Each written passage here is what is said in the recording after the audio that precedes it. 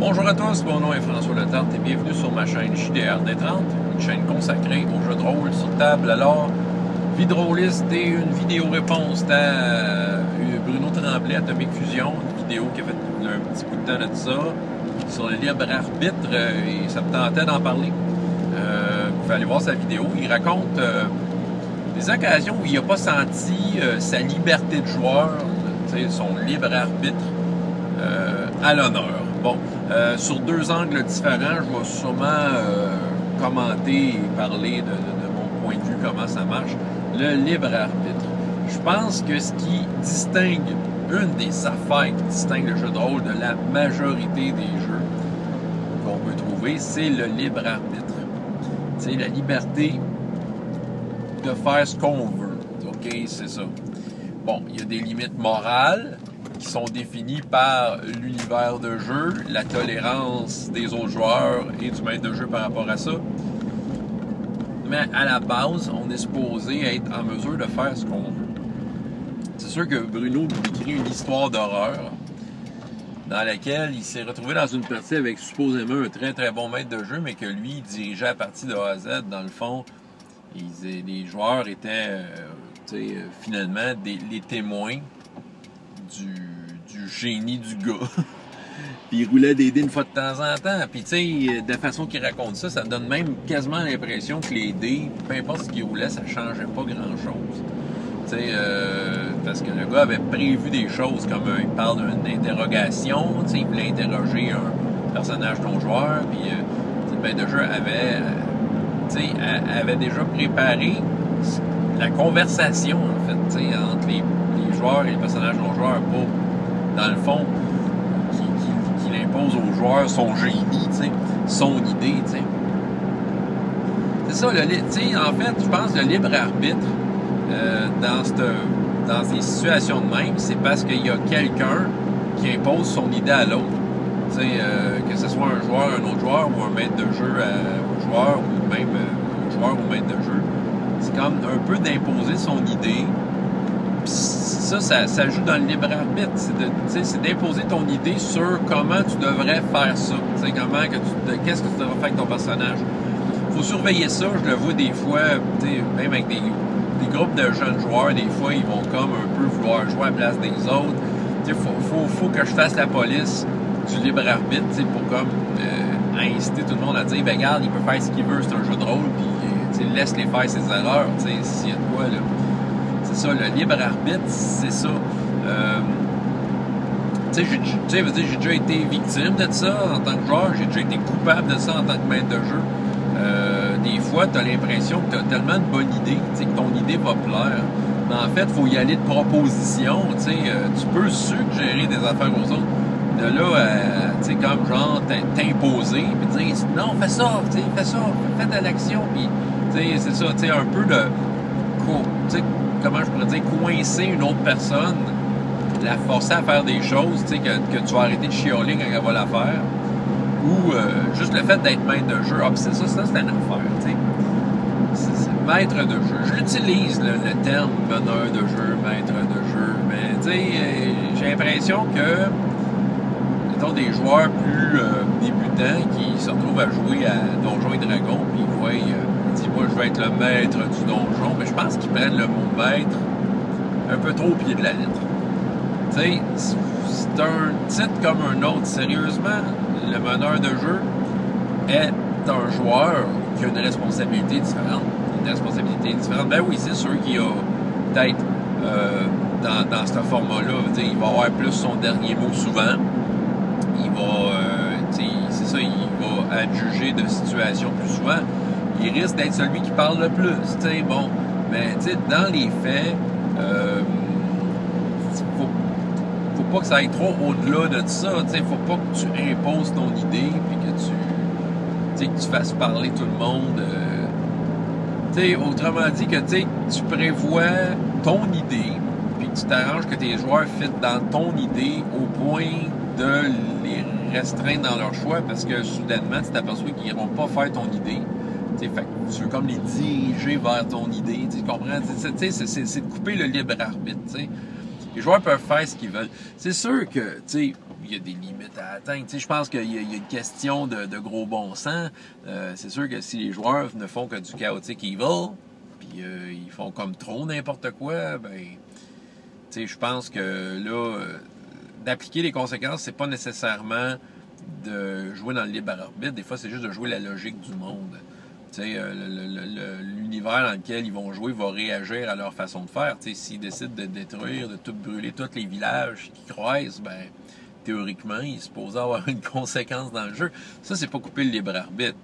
On leur a laissé leur libre arbitre, on les a laissé brûler tous les villages, puis défier l'autorité. Mais c'est ça, mais il faut qu'il y ait une conséquence. Mais ça, c'est pas du libre arbitre. C'est pas. C'est une réaction à ce qui s'est passé. Fait que c'est sûr que là, je vois ça différemment. Non, tu sais, le libre arbitre dans ce cas-là, c'est vraiment que ton idée t'a déjà faite avant même que tu commences la game ou en jeu. Tu entrevois ce qui s'en vient, mais il faut quand même t'imposes des joueurs. T'sais. Je veux dire, les joueurs ont décidé de traverser la rivière à la nage, puis ils tiennent, mais toi, tu as mis un radeau. Ben non, vous avez un radeau. Est-ce que vous allez sur le radeau? Puis, à un moment donné, de faire en sorte que le courant est trop fort. Puis là, soudainement, comme de trop imposer d'affaires, puis parce que tu veux absolument qu'il y ait sur le radeau, parce que sur le radeau, il y a un indice. Je sais pas, tu sais. Les joueurs veulent y aller à la nage, tu sais, laisse-leur leur libre arbitre d'aller nager, tu sais, c'est un peu ça, là. Ouais. C'est pas un exemple super fort, mais je pense que vous comprenez, là, tu sais. Ça, c'est le libre arbitre au niveau des gens ensemble quand ils jouent, tu sais, c'est ça. Fait qu'il faut pas... tu sais, c'est ça. Le jeu de rôle offre la possibilité. C'est un jeu qui l'offre, mais il l'offre pour tout le monde autour de la table. Puis, tu sais, prenez pas le mot maître de jeu au pied de la lettre. C'est ça qui arrive, tu sais. C'est ça, tu sais, c'est... Puis, tu sais, c'est pas juste une personne qui raconte l'histoire, c'est supposé être ensemble. C'est une job d'équipe, tu sais. C'est comme les jeux de White Wolf. Tu sais, le terme compteur, moi... j'ai jamais trippé sur ce terme-là. Bon, déjà, je trippe pas White Wolf tant que ça, là. Mais tu sais, je comprends l'idée de compteur, mais tu sais, si tu prends quelqu'un moindrement nouveau, puis qui prend ça au pied de la lettre, ben, est-ce qu'il va comme considérer que c'est lui qui raconte l'histoire, puis que les joueurs roulent des dés dans son histoire, tu sais. On s'entend, là, il y en a qui l'ont peut-être pris de même, puis tant mieux si ils sont aperçus que ça marchait pas, qu'ils sont allés ailleurs. Puis, tu sais, le terme compteur, comme maître de donjon, c'est purement esthétique. Mais, tu sais, il faut juste comprendre que, oui, tu as une responsabilité différente, mais ta responsabilité, c'est entre autres, c'est de maintenir ce climat-là de liberté. Il faut qu'il y ait une liberté. L'autre exemple que Bruno amenait, puis je trouvais ça intéressant, c'est le libre arbitre restreint par le jeu lui-même. Son exemple qu'il nous apportait, c'était une histoire qu'il jouait un personnage de loup-garou, puis le jeu n'offrait pas les options qui l'inspiraient pour faire progresser son loup-garou. Tu sais, probablement qu'il y avait une vision. Fait que, tu sais, je vois ça comme du libre arbitre un peu coupé. Bon, le jeu en question, c'est un PBTA au Monster Hearts.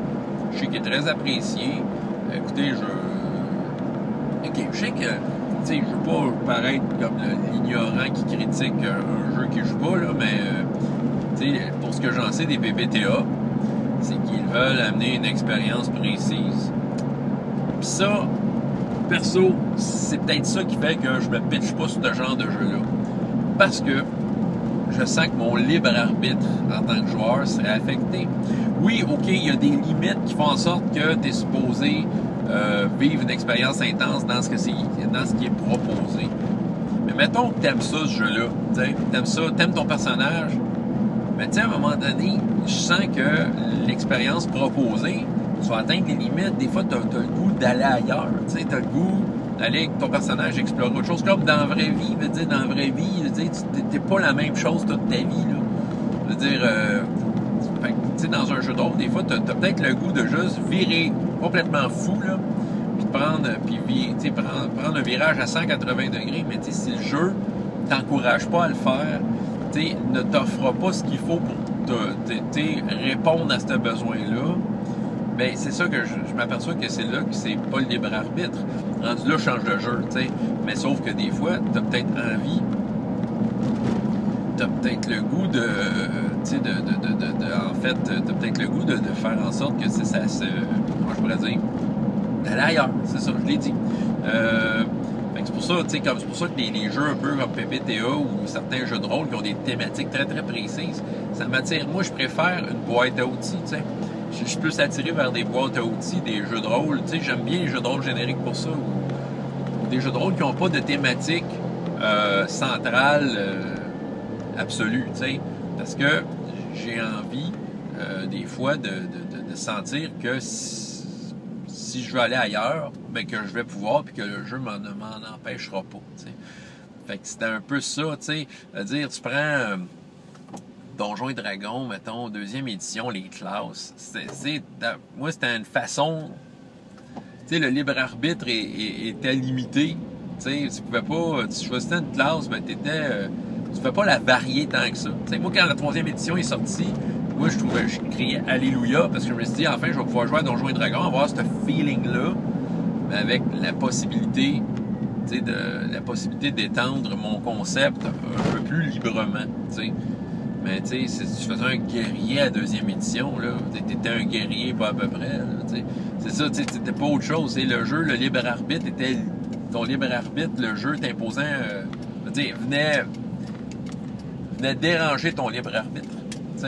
J'ai un souvenir, là, moi, à Donjons et Dragons, j'étais maître de jeu, j'avais un joueur qui voulait jouer un magicien, mais il était tanné parce que, tu sais, souvent dans les combats, bon, ce qu'il voulait aussi, c'est de prendre part au combat, puis tu sais, il se trouvait pas chez une dague. Fait que, tu sais, il dit, ben moi, je veux une épée. Je dis, ouais, ok, théoriquement, t'es pas supposé, tu sais. Puis là, j'avais imposé un malus, puis ça le frustrait, mais il voulait absolument une épée. Puis il voulait absolument une armure. Je dis, ouais, mais là, dans le jeu, c'est écrit qu'en armure, tu peux pas lancer de sort. Mais là, tu sais, on a comme fudgé ça à fond pour qu'il puisse le faire, mais avec des pleins de malus.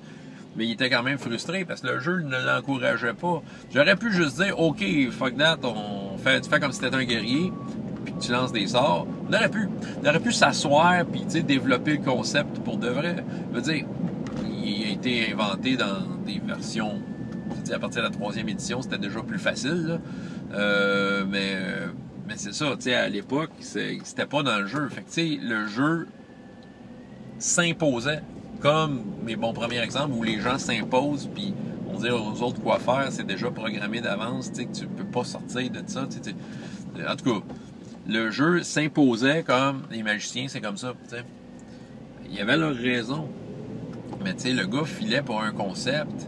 Veux dire, il est allé trouver un autre jeu aussi, là, à un moment donné, c'est là qu'on s'est mis à jouer à Stormbringer, parce que Stormbringer, dire, un des thèmes centraux de la série de romans, c'est Elric, qui est un guerrier magicien, tu sais. Fait que le jeu, évidemment, supportait le concept. Mais c'est ça, tu sais, quand t'as tu sais, le libre arbitre des jeux, c'est ça, tu sais, faut se poser la question, tu sais, est-ce qu'on... Tu sais, OK, si on veut vivre l'expérience intense et unique que le jeu apporte, si on est prêt à aller au bout de ça, tant mieux, là. Mais, tu sais, moi, je pense que la plupart des rôlistes sont là pour aller chercher ce petit côté liberté-là. Ce côté liberté-là, ben, je pense qu'il faut que tout le monde collabore ensemble pour faire en sorte que ça soit vrai. Puis c'est le fun d'avoir un jeu qui te le permet, tu sais. D'avoir un jeu de rôle qui te le permet, tu sais. Oui, peut-être que le jeu va avoir un petit accent sur un certain aspect. Tu sais, la plupart des jeux, tu sais, les plus connus, ça va être le combat, tu sais, OK?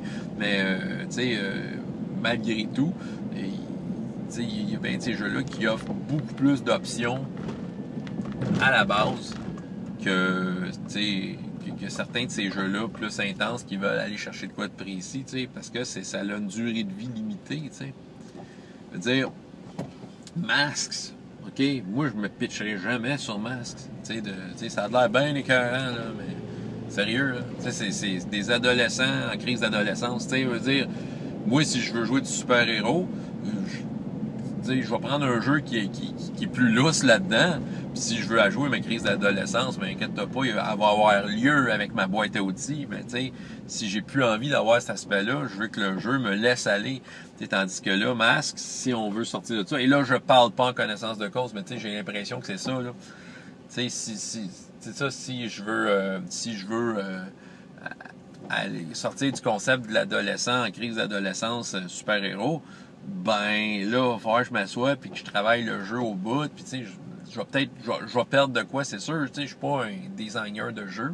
Oui, je peux avoir des idées, là, mais tu sais, vous comprenez, tu sais, le jeu Masks, dans son concept, va affecter mon libre arbitre de vouloir jouer le super-héros comme que je veux, tu sais. Fait que moi, tu sais, tant qu'à ça, on va jouer à Phase Rip, tu sais, Phase Rip va, tu sais, je peux à peu près faire ce que je veux avec ça. C'est ça, tu sais. Autrement dit, c'est ça. Le jeu, des fois, il va affecter ton libre arbitre. Faut le considérer. Tu sais, le libre arbitre, c'est supposé être quelque chose de central dans le jeu de rôle. Puis, tu sais, comme je disais, les gens avec qui tu joues, autant que le jeu auquel tu joues, doivent te permettre d'aller loin dans ce que tu auras envie de faire. En tout cas, c'est mon opinion. Hein. Si vous avez d'autres opinions, ben c'est ça. Il existe des commentaires en bas ou des vidéos-réponses pour genre hurler votre vie dans votre char ou dans votre chambre ou dans votre garde-robe. Hein? François Letarte, JDR D30. Et jusqu'à la prochaine fois, il y a autant de plaisir dans la vie que dans les jeux. Au revoir.